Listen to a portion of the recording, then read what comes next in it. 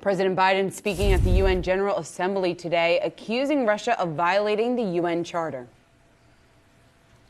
The United Nations Security Council invaded its neighbor, attempted to erase a sovereign state from the map. Russia has shamelessly violated the core tenets of the United Nations Charter. Just today, President Putin has made overt nuclear threats against Europe and a reckless disregard for the responsibilities of the non-proliferation regime.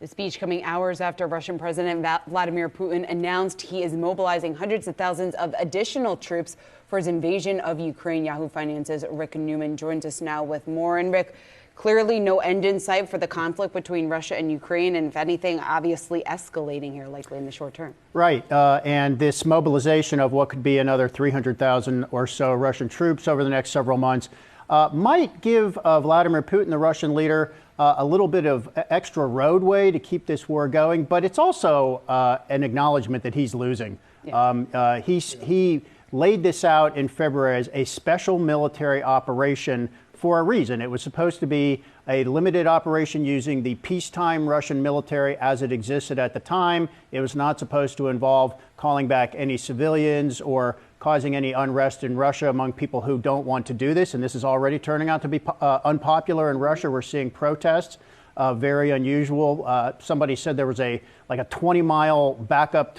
to go from Russia into Finland. People are fleeing to get out. You can't get on a flight out of Russia. And there are some reports that Russia has banned airline ticket sales to men between the ages of 20 and 65. So this is exactly the kind of negative reaction and perhaps even uprisings that Putin intended to avoid. But the war has just gone so badly for him that he really has no choice but to do this.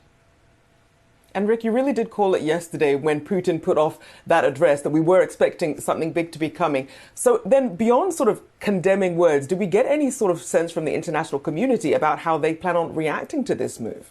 Well, here's the dynamic. Putin clearly wants to divide Ukraine's allies, and that is part of what this war over energy in Europe is all about. It is to make European citizens extremely uncomfortable over the winter, as uncomfortable as possible, so that they increase political support to, look, can we do something? Can we make some kind of deal in Ukraine so we can resume deliveries of Russian energy? There's no indication so far that Putin is able to split support for Ukraine among its allies. And I think one of the things President Biden and his team is probably doing at the UN behind the scenes, off stage, is mustering as much ongoing support for Ukraine as they can. And that is weapons deliveries, obviously, but economic aid is really important. I mean, the Ukraine economy is, has crashed.